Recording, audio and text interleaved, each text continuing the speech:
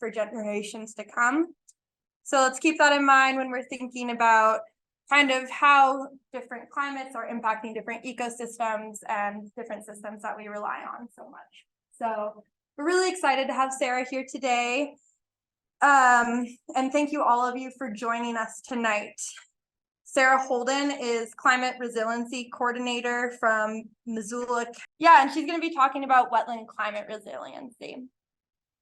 I'm going to introduce some of the WEN staff. I'm Brooke, WEN Citizen Science Coordinator, and Steffi, who I mentioned before, is our Stream Team Coordinator, and Deb is here, our Executive Director, and Kat, Communications Coordinator, and our intern Abe is here as well. Abe does a lot of great mapping for us. Cool. So I think I got everyone. So I'm going to just introduce WEN a little bit. I think a lot of you are familiar with WEN. I'm seeing a ton of familiar faces, but just to kind of make sure everybody knows, we work on citizen science through providing monitoring opportunities and rooted in river ecology. We do this through our mission, which is to foster knowledge, awareness, and appreciation of watershed health through citizen science, youth and school engagement, and outreach to our community in order to grow these future stewards. And through this mission, we kind of have multiple programs that have materialized over the years. And I'm going to briefly go over them, and then we'll dive right into Sarah's presentation. So starting off, our Citizen Science Stream Team is one of our most exciting programs right now. It's a volunteer team of community members that go out and help us collect different properties of the stream, so physical, chemical, biological, in the late summer and fall. And this data helps us paint a really solid picture of stream health. Over the past few years, it's mostly been based in the rattlesnake, which has been really exciting. Right there. And a lot of this data is shared with community partners like Trout Unlimited, the Forest Service, University of Montana, of course, and our community members. We also have our youth and school programs where we provide immersive programs for youth and schools to get involved in river ecology concepts, fish habitat, groundwater, and last year we introduced a lot of stormwater concepts, which was really exciting. We got to open up some stormwater wells, and that was cool. So yeah, we're going to be rolling into spring programming pretty soon, and if you know of anyone who's super passionate about working with kids in the outdoors, we'd be thrilled to talk to them. We have a large spring programming season coming up, and we're really excited about it. Speaking of youth programs, Backcountry Stream Corps is another one of our really exciting programs for high school aged individuals to go into the backcountry and collect data on aquatic habitat. So aquatic habitat meaning large woody debris meaning woods, like beaver dams, root wads, all of these things that fish and macroinvertebrates and all of these fabulous bioindicators really love. And so these high school aged kids are biking up into the backcountry and wading up the creek to kind of survey and document this aquatic habitat. It's a really cool opportunity for youth to get involved with local monitoring, and we're going to start recruiting for our 2023 field season coming up here pretty soon. So if you know of any high school age people, this is a pretty unique opportunity. Our backyard citizen science is a pilot program where WEN provides training, kits, and the resources for community members to independently explore their local backyard water body. So whether that's a stream, a creek, a river, a pond, a lake, we provide the resources for you to independently explore and collect data on these resources. If you know anyone who, or if you want to practice this pilot program or participate, you can access that on our website at montanawatershed.org. There's a page and you can fill out a form. Cool. And then we have our winter speaker series, which you all are at right now. This is our second year of our winter speaker series. we've kind of started this as a way to engage our community members in conversations about water, keep our volunteers engaged throughout the winter when we're out of the creek. And it's just been a really great way to create a platform for all of our friends and partners, experts who spend a lot of time in the watershed to share their knowledge about these systems, which is really awesome. Groundwater monitoring is a adapted citizen science program from Montana Groundwater Academy, which was spearheaded by Dr. Beth Kovett and Bill Wisner. And MGA is the abbreviation for it, and it was originally a groundwater lab plan for high school age students or high schools students to go out and collect data in Greeno Park. And so it's been adapted to our citizen science stream team, adult monitoring, to go out to these 15 wells in Greeno Park and explore the question of how does surface water and groundwater interact. And so that's been a really fun thing to collect data on over the past few years and give people the opportunity to collect data outside of the creek. And so they don't have to put waders on if they don't want to. Lastly, RISE Challenge Big Sky, RISE standing for Resiliency, Innovation, Sustainability for the Environment. And WEN works in collaboration with Brightways Learning to facilitate these kind of awesome opportunities for students to create resiliency plans or resiliency measures to make their communities more resilient to natural hazards. The RISE Summit is coming up here pretty soon, and these students are going to be able to get implementation funds to kind of proceed with their projects. So that's really cool. There's a lot of schools involved this year. And you can stay tuned on who and what kind of projects happen this year by looking at our website or at RISE's website. Cool. So this is kind of just a summary of everything. We have 2 more speaker series. Seamus is here. Seamus, hi Seamus. He's going to be one of our speakers for our next one, talking about Grant Creek, which is awesome. And then we have Vlad Notek, who is a fisheries biologist. Our groundwater monitoring is going to happen whenever the snow melts, whenever we can access the well. And RISE, you can stay tuned for that. Missoula Gives, great way to support nonprofits around town who make our community such a vibrant place to live. And then Stream Team will start up in June, and we have a Sup Cup in July where you can join our stand-up paddleboard team to paddleboard down the Clark Fork, and that's a good way to, it's a fundraising opportunity to support one. So very awesome, very fun. Again, plug for our next speaker series, Seamus Land, Clark Fork Coalition co-facilitator, who also works for Grant Creek Working Group. The most exciting thing about Seamus is that he's an EVST alumni, and he's going to be presenting on his thesis work on restoring Grant Creek, and kind of his continued work as well. You can access them on our website. And if you have any questions about how to find any of these resources, feel free to approach any of the staff members tonight, and we can help you find. But yeah. So I'm going to introduce Sarah Holden. I mentioned that Sarah is the climate educator for the county. She's going to be presenting on wetland climate resiliency, and we're really excited to have her here tonight. Thank you for joining us, Sarah. Let's give her a warm welcome.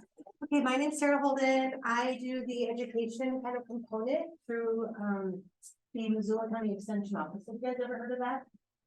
How many of you guys feel that we as a society have a core messaging around climate? Yes. Yes. Yeah, we do.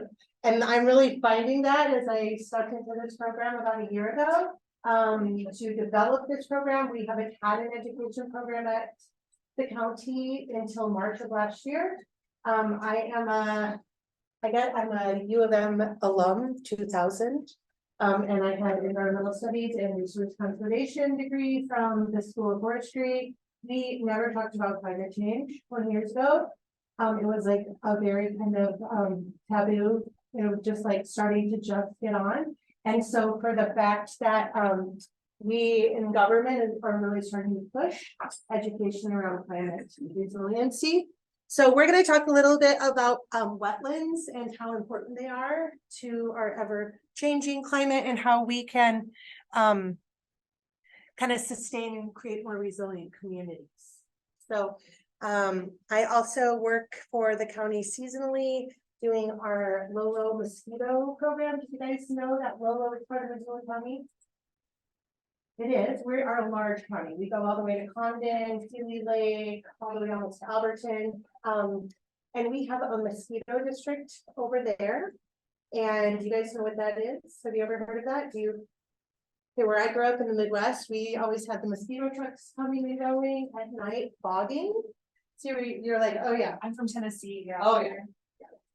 So we actually have only probably like 7 or 8 mosquito districts in the state, and the one in Lolo is the smallest in the state, and it is was formed in 1978. So we are seeing climate change affecting our mosquito populations. We're seeing more and more and more of them every year, and we are actually should be kind of found under public health, but district was, thank you, was put together. They housed us under the extension service. So I'm going to talk a little bit about the importance of wetlands also as we get into disease and public health issues as well at the end. Okay. So what is the US goal for renewable energy? It's all the buzz right now. And I just wanted to share kind of some baseline information about why we care about climate resilient measures. So 80% of our renewable energy generation by 2030. We're not close to that yet. Montana, I'll get into what Montana is. And then we are looking at 100% carbon-free electricity by 2035. And as of 2021, we are basically 80%, 79%, we're still using our fossil fuels. So we have a big jump to make. And what I've really found, and maybe you guys might agree, is climate change seems to be a very political driven discussion. A lot of cherry picking facts, a lot of expert, testimony on either side. But what I hope that people thinking about resiliency measures, I hope that they will start to realize that we can come together as communities and do our part in our community. And I think Watershed Education Network is doing its part by kind of protecting the whole watershed. And climate issues are definitely pertaining to our watershed systems. So have you guys heard of the IRA, the Inflation Reduction Act? Okay, this is a bipartisan bill passed recently. There's going to be tons of money, like 40 billion coming down to basically help communities put together plans to be resilient to climate issues. So what do we mean by that? We're talking about things like drought. In Western Montana, what else do we think of when we think of climate issues that we have here?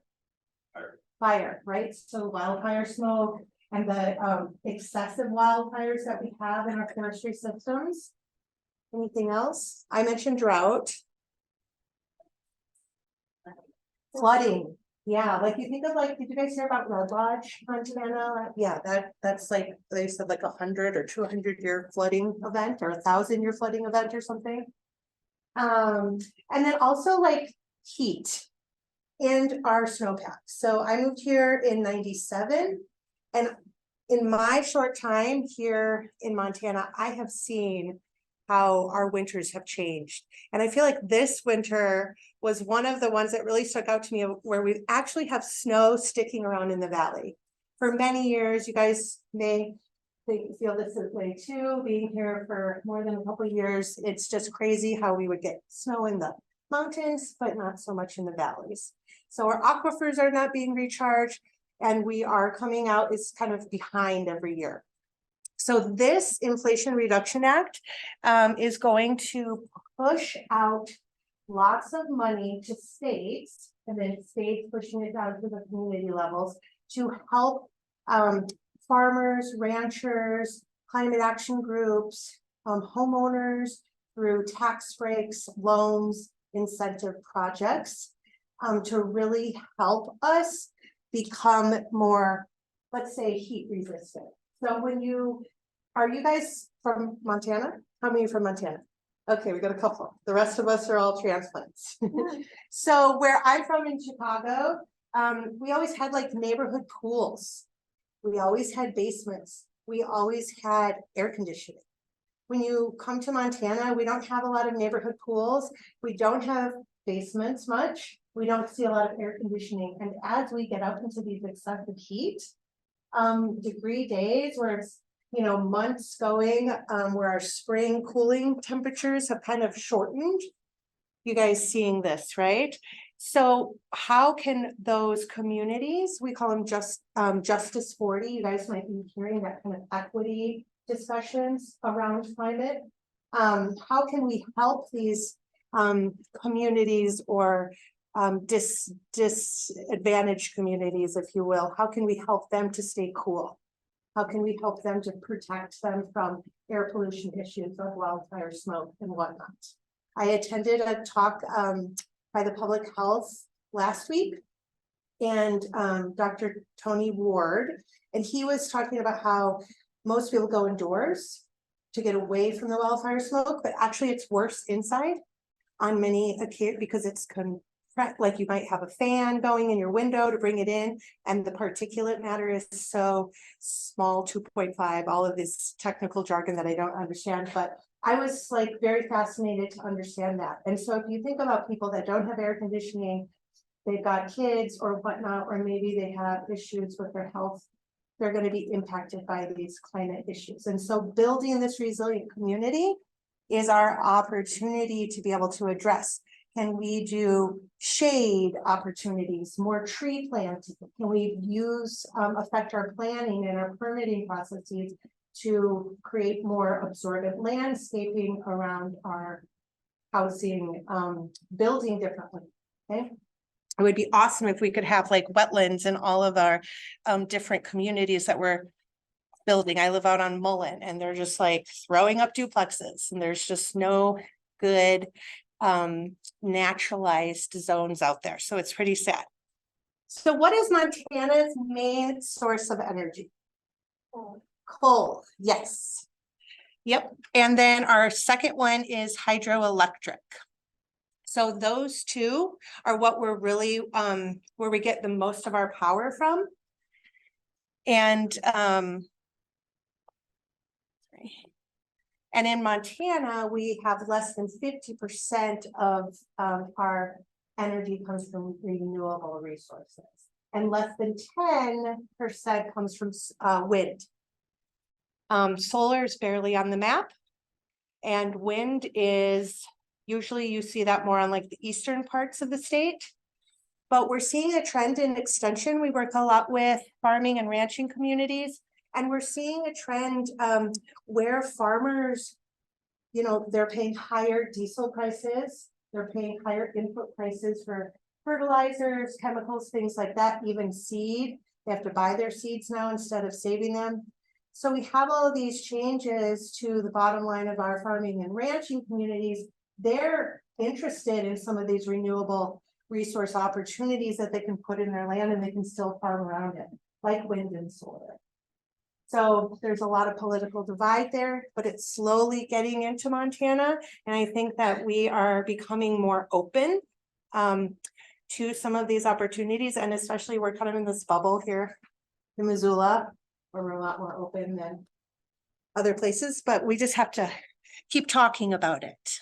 So the primary goals of Missoula County are, as far as energy goes, we hope by 2030, we will have 100% clean electricity. And so you might hear like some campaigns going around, Electrify Missoula, helping you get switch from gas stoves to electric stoves and different things like that. And there is a lot of residential and business tax credits right now that have come out, so you qualify for tax season 2023, moving into if you wanted to trade out your stove for an electric or get electric heat pumps and things like that. And then by 2035, we hope to have a goal of carbon neutrality in all of our government operations for the county. So we have a lot of work to do. The county has recently kind of replaced most of their vehicles with hybrid, but we are just so far from this number. I'm not sure we'll get there, but we'll see. And then the city, they have some of their own goals. These are just kind of from their website. They also have like a zero waste by 2035 goal. And this is just something I think if we could look at this as a community-wide, well, I'm standing. But just like, how can we look at making every day our actions more resilient, right? And so can we push more green jobs? Can we provide more community outreach and leadership? We have a lot of like large corporations, GMC, Ford, Cadillac, they're all coming on and saying they're going to be, you know, fully electrified such and such date. So I think as we start to see some of these larger companies coming on board to climate discussions, we'll slowly start having others follow. But you guys can lead by example. We're going to have a green team at the fair this year that's really going to push composting and recycling. So if you guys want to volunteer, we're looking for young adults that can kind of go out into our fair. Last year we got rid of plastic water bottles and we sold like the metal aluminum that has a little lid, can reuse them. So we're making little steps, but we need volunteers and helpers. So I work for Missoula County Extension. We recently rebranded in January. The whole county is rebranding a lot of their programs. And so we moved to, we were the weed district. Have you guys heard of the weed district? And then the extension service. And we kind of went together to be more inclusive of not just invasive plants, because we do a lot more, Department of Ecology and Extension. These are some of the things we do out in the community. We help people find grants, we give grants. I'm looking for grants for our climate program. And we really try and have place-based learning opportunities, programming that's viable and, you know, just staying with our kind of on the ground opportunities here in Missoula. So these are some of the programs we offer. Did you guys know that we were so varietal? So we offer agricultural, we can test your hay, you come in and say, I want a seed mix for my dryland pasture, we can help you with that. We can come out and tell you what kind of weeds you have. We have a great horticulture program. If you guys are ever interested, we offer a master gardener program. It's a 20-week program and it's really in-depth, a lot of soil science, foundation information, botany and whatnot. We have family consumer sciences, that's just not canning, but it's also like food safety, preparation. She also does like family estate planning, taxes and things like that, which a lot of people don't realize. And then we now have this kind of ecology program. We just hired a habitat conservation person and they specialize in native pollinators. So we're trying to do some programming to really educate about the power of pollinators and saving those. So working for mosquitoes, I'm trying to do things that I can help save or not harm our pollinators by doing all the fogging. So it all kind of rolls in together. We have FNET, that's our education, food, nutrition program. And that is for low-income families and helping them learn about nutritious ways of cooking. 4-H, you guys heard of 4-H? That's our youth group, and you'll see them a lot at the fairgrounds during fair time. And then we now have this climate science and education program that we're just building. And then RMEG, that's the Rocky Mountain Education Gardens. Have you guys driven by the fairgrounds? I promise I'm going to talk about wetlands. Have you driven by the fairgrounds and seen the new building going up? Okay, next time you drive by, check out the new construction. That is our new building. It is going to be housing our office, also the soil science conservation district. And then also, have you guys ever experienced Butterfly House? So we're also going to be sharing space with the Butterfly House and Insectarium. So we will have like this amazing insectarium and butterfly arboretum for people to hopefully draw them into our fairgrounds and our community. We will have a huge plant clinic lab where we have lab tables. You can come in. This will be a completely open to the public. If you're giving a class or you're doing a opportunity for a group of people, you can utilize our building. We have different size conference areas. We have the learning lab, which is like a wet lab with microscopes and sinks and all of that. So plant nerds come on and dissect plants, look at bugs and all sorts of things. And then behind the building, we're going to have a 2.5 acre garden that will be education and demonstration driven. We're always looking for volunteers. So you can take my email at the end if you want to join us. Here's the building. We're going to have a greenhouse here, and then we'll have different, like we're going to show lawn alternatives. We're going to have a bee lawn, pollinator garden. We'll have a medicinal plant area. We'll have a living forest garden. Back here, we've got an orchard. And then here is like raised vegetable beds. So it's going to be awesome, you guys. So I just wanted to give you a little plug so you know about us, and we are open to you. We love to help with information. So come and see us. If you ever have a question about doing anything in this town, we can probably help you. So let's talk about climate. So climate is happening because over time we are seeing an increase in our temperatures. We're seeing some cooling in certain areas. This is happening a lot. For us, we're going up, you know, we used to be kind of like 80s, maybe a week of 90s, if that. And now it's just 90s, 90s, 100s. And we're turning into, we are considered a semi-arid desert region, and we're turning into more of a dry desert and not semi-arid anymore. So indicators, all of these, you probably have experienced some of these for yourself. We're seeing a decrease in snow cover. How many of you guys ski up at Snowball?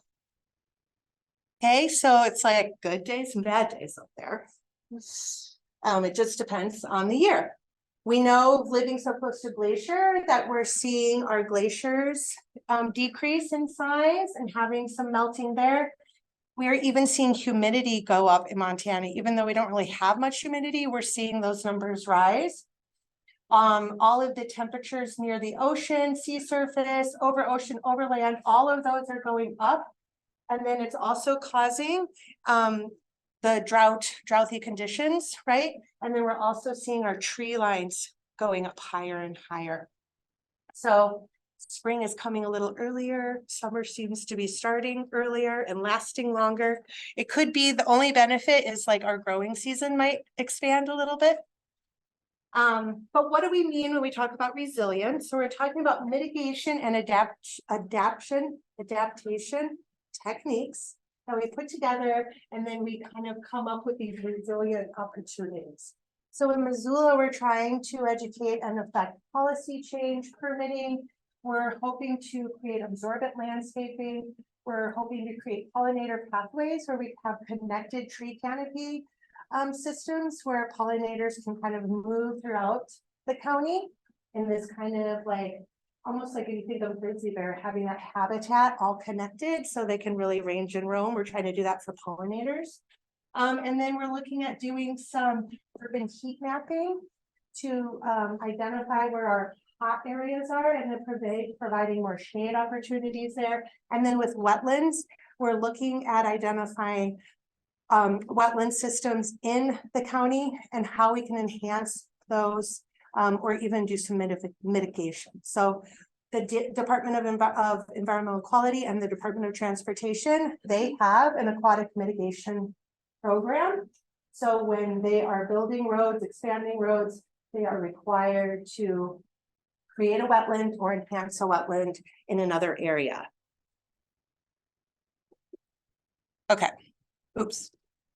So if you want to get involved to help our future, what are some things that we can do? Like thinking of climate, what are something that you could do on your own level? Any Use less ideas? energy, don't drive as much. Yeah. Recycle.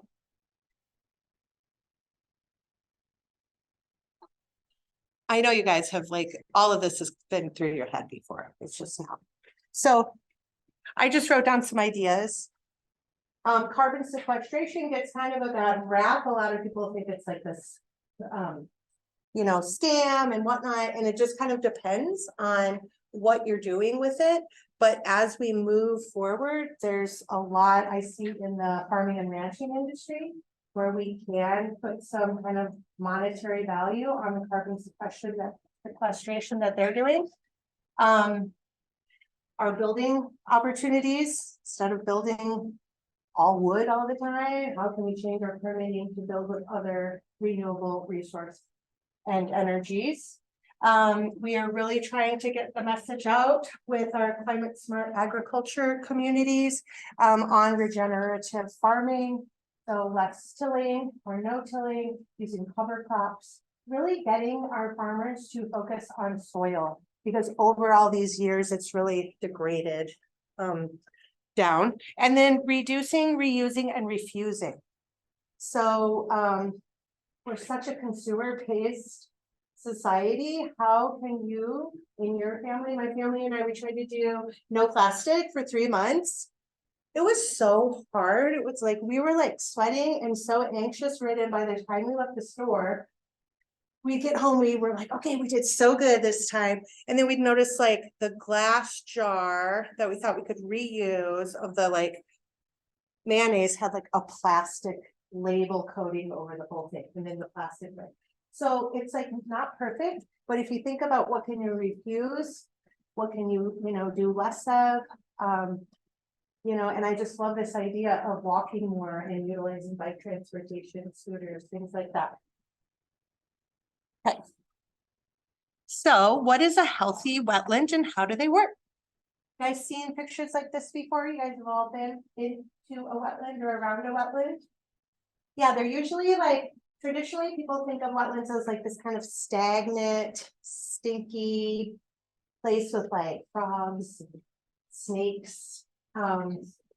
But they're really a very beautiful, vital, like lungs of our planet. And they're super important and very indicative of ecological health. So when we started getting onto the climate bandwagon, our ecology programs, scientists really started looking at how we can store carbon most efficiently. So in essence, we're lessening our greenhouse gas emissions by less carbon dioxide going into the atmosphere. So I wasn't sure if there would be kids here, so I might have a basic activity, but you guys want to go do it? Sure. Okay, so back of the tables, I have 4 stations set up. So if you want to partner up or just group together, what I just want you to do is kind of seal off. We're creating a wetland, the sponge is part of our wetland, okay? And you can do it on just one side and then kind of mold your sponges so that the clay is right up against, or if you have enough, you can do it on either side, put the sponges in the middle. Whatever you guys want to do, that way it doesn't rain or we get moisture, what will happen? So I have clean rainwater. And then our kind of sediment load.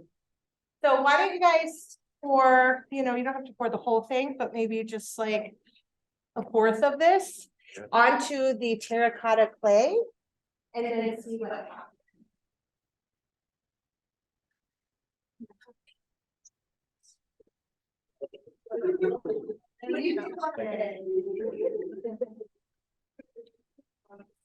Wouldn't you know it's getting soaked up by sponges? Why is it sometime I have a healthy wetland.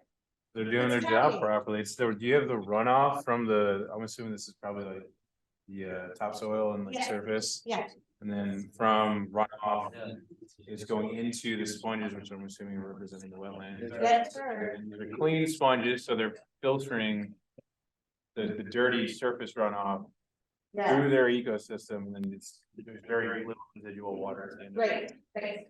And when we live near like factories or agricultural system, what would be running off into these water sources? Oats, for sure. PEB, Salt. Yep, yep. Oil, plastics. They're spraying and whatnot, all sorts of things, right? And so the sponge, if you guys want to pull that sponge out, give it a squeeze. Did it soak up any water? Yeah. See, did you know you're gonna get all dirty and covered in terracotta? No. Okay, so that is kind of how healthy wetlands is supposed to act as the sponge. And then it holds that water in and releases it throughout the season when plants need it in that ecosystem, if you will. So it's really good for helping retain moisture in our systems. So if you want to shake up the sediment, then you can do the same kind of thing. Pour it on your system, half of it or a quarter of it or whatever. Right, okay, cool. Interesting. And so when we have a lot of runoff, when we are maybe you have an agricultural cropping system that has does till, and they also maybe don't use cover cropping, and so you get a lot of dry soil, kind of losing that upper crust, if you will. It will get into our water systems, right? And so the wetland kind of acts as this protective sponge. If you want to squeeze that out and see if it's clear or dirty. Does it look clearer than the water that you poured in?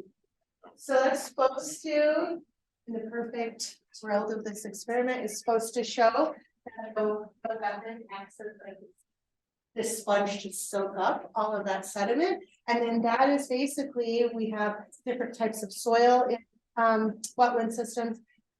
And that is how wetlands are so important to climate resiliency measures, because they store so much carbon. They're one of the top ways. Biochar is the #1, and wetlands are the #2 way to keep soil or carbon in our soil. So they have a really large store of carbon. Okay, and then my last thought was the paper, the note cards. If you place these over your clay and then pour water, what happens? So the note card is supposed to represent like a parking lot, like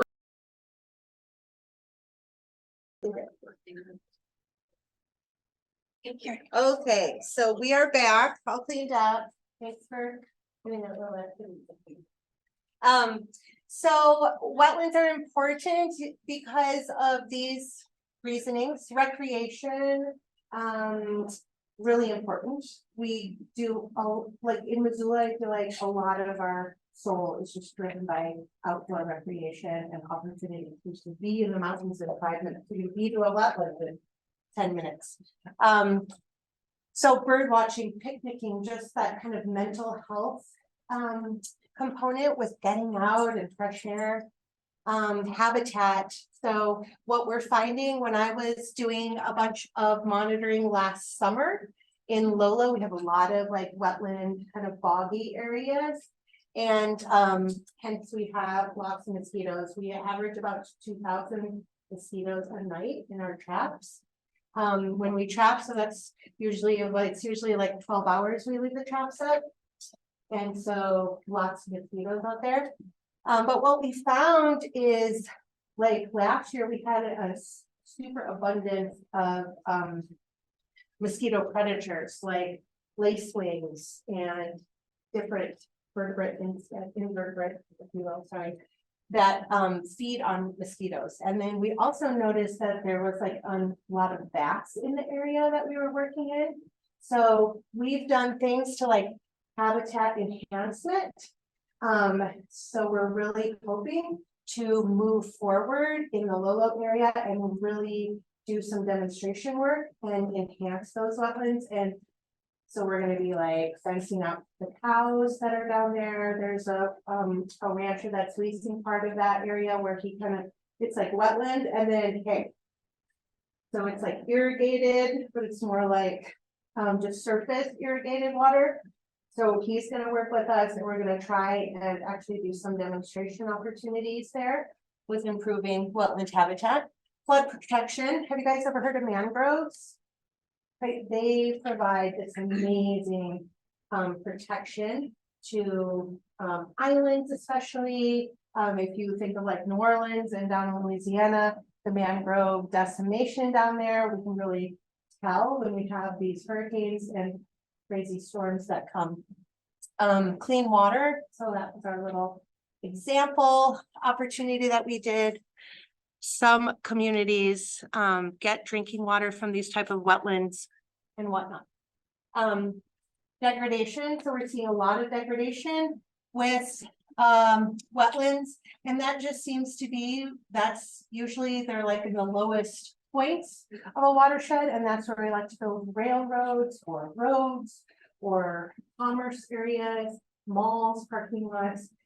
There's, see, it's like over there, there's Albertsons. That has a wetland right in front of it because that was all a wetland. And the Albertsons was like, we'll leave a little bit of the wetland, but we're gonna build on the most of it, right? And so, it's just like, how can we change the way we think?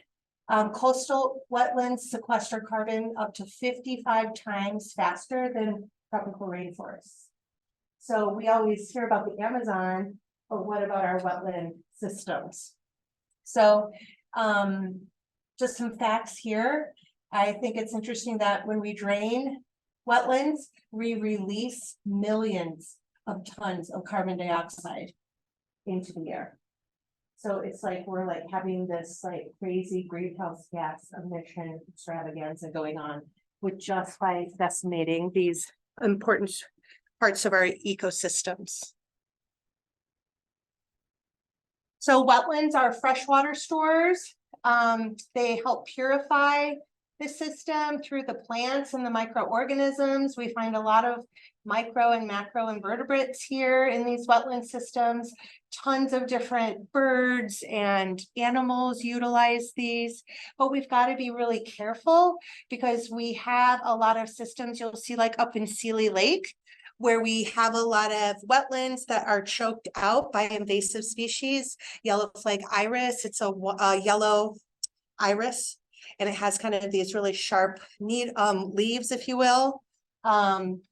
We also have like the fragrant water lily, which are aquatic invasive species district, which is also housed in our office, is really after because it just kind of takes over, and then wild fowl and other insects and whatnot don't survive well with that because it's an introduced species.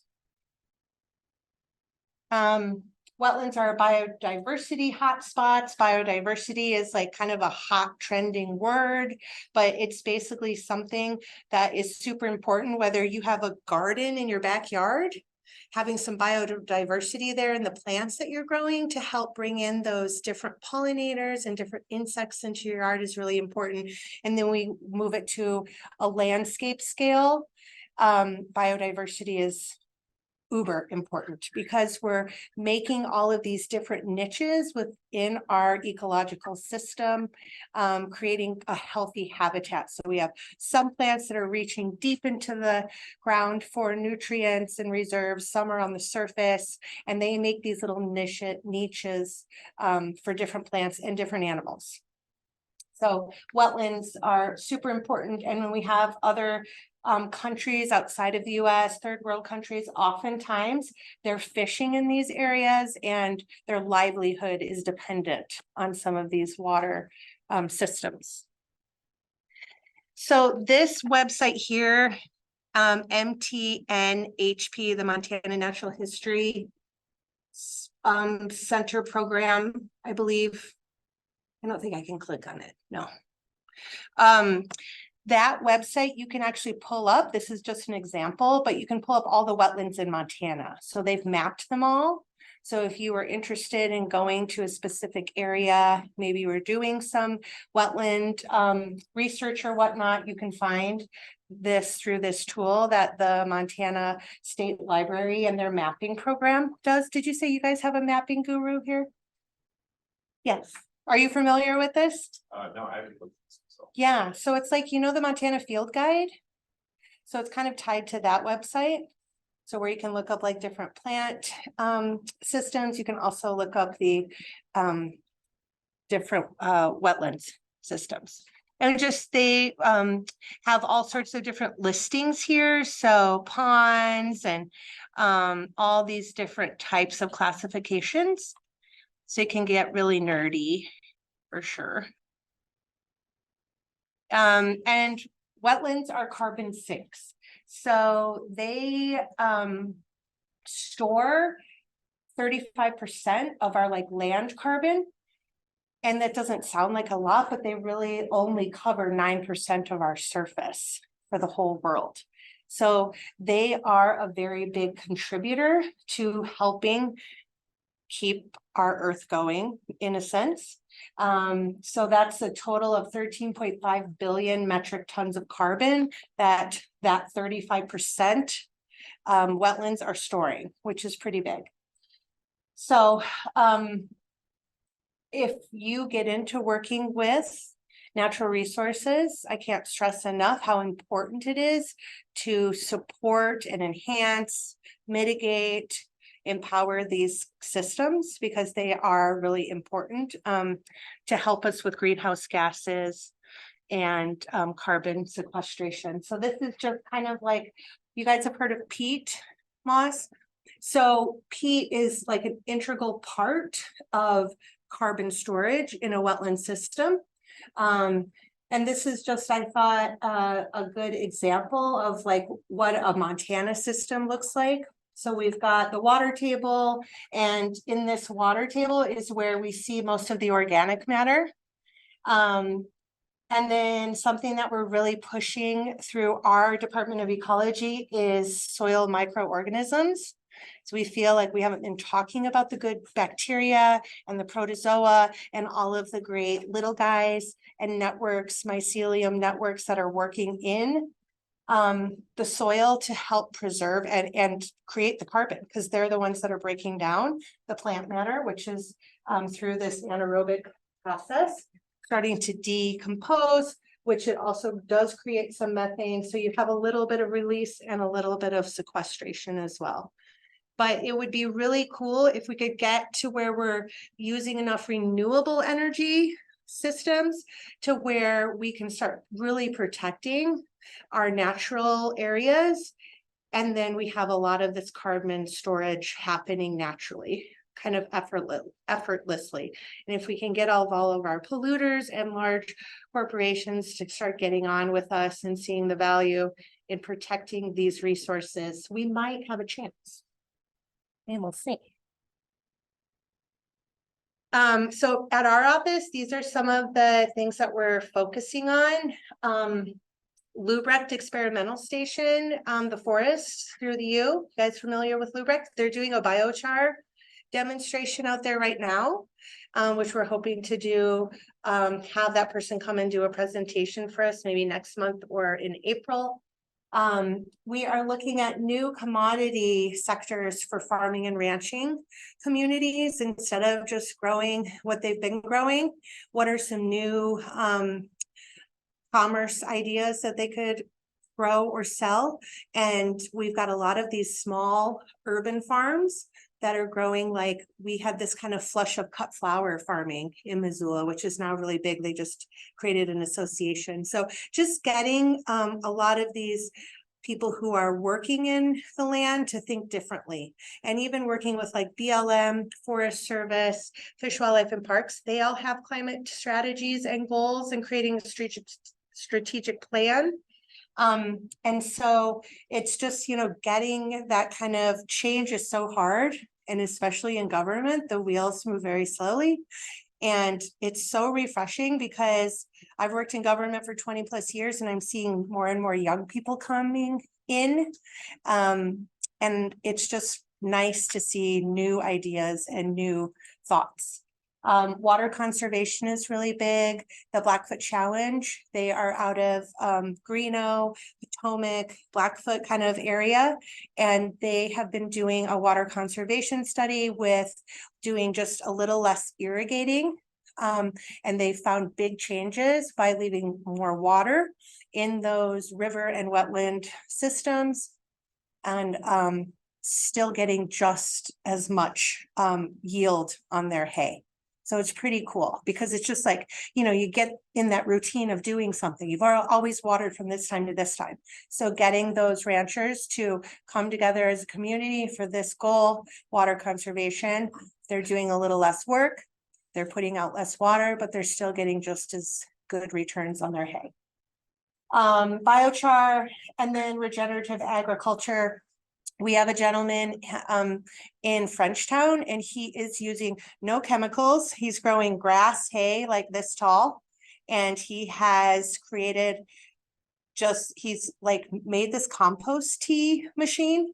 So he's creating compost tea and he's putting that all over on he has the old Charlie Deshaw ground in Frenchtown, and it's been grazed and tilled and just had a lot of heavy ag use on it. And so now he is no-till, and he has found that by upping the little protozoa, the bacteria and whatnot in his soil, that he has to put less inputs in. So he's virtually eliminated synthetic or chemical-based fertilizers and weed control, which is pretty darn cool in the course of 3 years.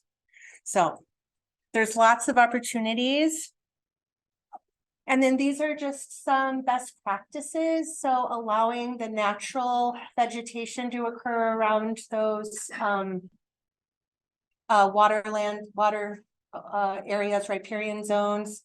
And we're seeing invasive species change. Even now, we have some different grasses that have really become weedy in Missoula County and a bunch of western Montana that we didn't have before. And we think that is because of climate things. Reduce your drainage if you're farming. You know, what can you do to work around those wetland areas instead of filling them in? Fires, we want to control in the wetland areas because they, with our drought, may increase the fire risk. And then peat harvesting, we want to control that because that is removing essentially that sponge from our wetland systems. And promote re-wetting, reforestation, looking at how we can enhance our timber resource. It's kind of come a long way. Back when I was in school 20 years ago, his name was Bob Rich. Have you ever worked with him? He'd be like, we'd get in the bus and he'd be like, see that clear cut up there? That was from me. He was so proud of the clear cuts back then. Yes, that was 20 years ago. So a lot of change. I'm sure they don't even say those words in forestry anymore. It's like this negative connotation of using a clear cut. So I just think it's interesting how we've really evolved, and we're going to keep evolving the more we learn, but it's easy to get down this like big rabbit hole. And then I just wanted to show, and I kind of mentioned this, so I won't talk much, but just how we're trying to take the low mosquito program from an all fog program where they just fog. They start at 9 o'clock at night and fog till about 2 in the morning. And they do the whole district. It's a truck that has this like fogger on the back, and it just like fogs with a really low, really small micron size droplet. And we do it at night. So essentially the science tells us that pollinators go to bed before dusk. I don't know if that's really the case, but anything that comes in contact with our fog will be affected. And so we're trying to mimic Kalispell. They have a really large district. in Flathead County, and they use no fogging. Everything they do is monitoring and through wetland enhancement, and then they use drones to drop granulars in the water. That's called larviciding, and the larva, it kills the mosquito larva. So it's not supposed to affect fish, but I think it does probably affect some of the naturally occurring insect populations and invertebrates in there. But so we're trying to use less chemicals. We're trying to do other things. We've got backyard monitoring programs where we give people these dippers and they can sample mosquitoes and larva numbers. And then that gives us an idea of when we can control. And then we put up a bunch of bat houses around the Lolo area, whether or not those will really work or be effective. But again, it's a good teaching tool. So, and lastly, this is my contact information, sholden@missoulacounty.us. If you guys want to come and learn more, we are always looking for volunteers. I know Wen is too. But if you want to, we're going to be planting gardens, 2.5-acre gardens. We have invasive species opportunities. We have biocontrol collecting opportunities, aquatic invasive opportunities, climate. Call the extension office. We might have something that we could at least offer to you. I don't know about pay, but maybe credit if you're in school or a nice standing O. So that's it. Thanks. Do you guys have questions?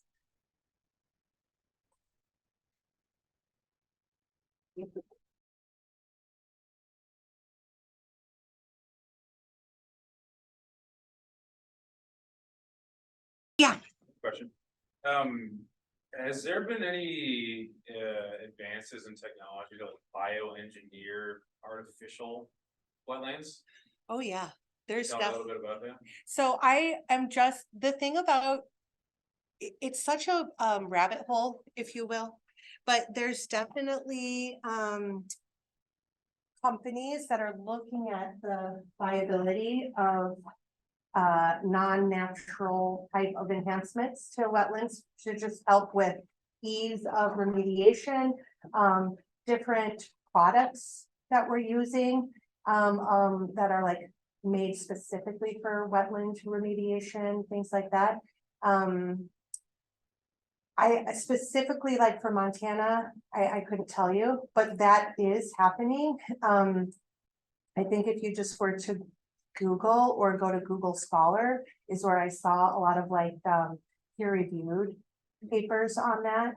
But it's, like when hemp came out, a lot of people started looking at like hempcrete and using hemp for like building materials and whatnot.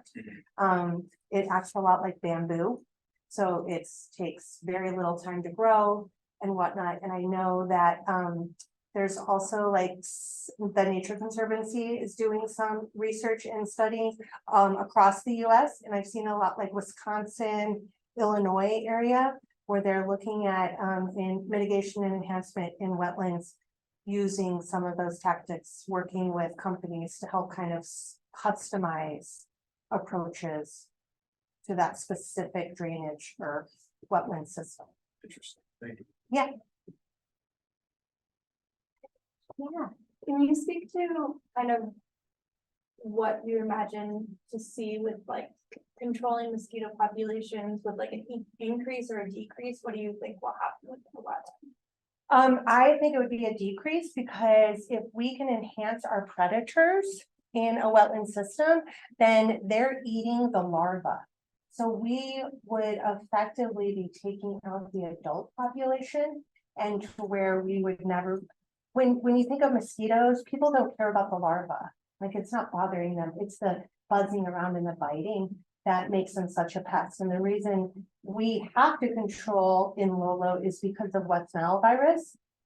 And so we have had West Nile in Lolo multiple years, and we have a lot of equine encephalitis, which is a lot of people don't realize that it carries from birds to mammals, so humans or horses. So yes, we there's lots of studies. There's a project called Cool Boulder in Boulder County, Colorado. And they are doing all sorts of habitat mitigation enhancement to wetland systems. And they are they're actually monitoring and studying. They have the Colorado State University from Fort Collins doing monitoring there. And they're seeing an increase in predation on the mosquito larvae. So yes, it can be done. Maybe not to, the problem we'll have in Lolo is that since the 70s, they've heard this truck come through certain times of the year. And so it's going to be a lot of how do we change their mindset of not hearing the truck to where they still feel like they're getting mosquito control because they can't see what we're doing or what the insects are doing at that landscape level. Awesome. Okay.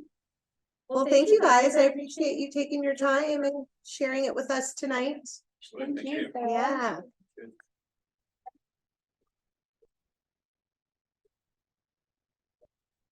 Yeah.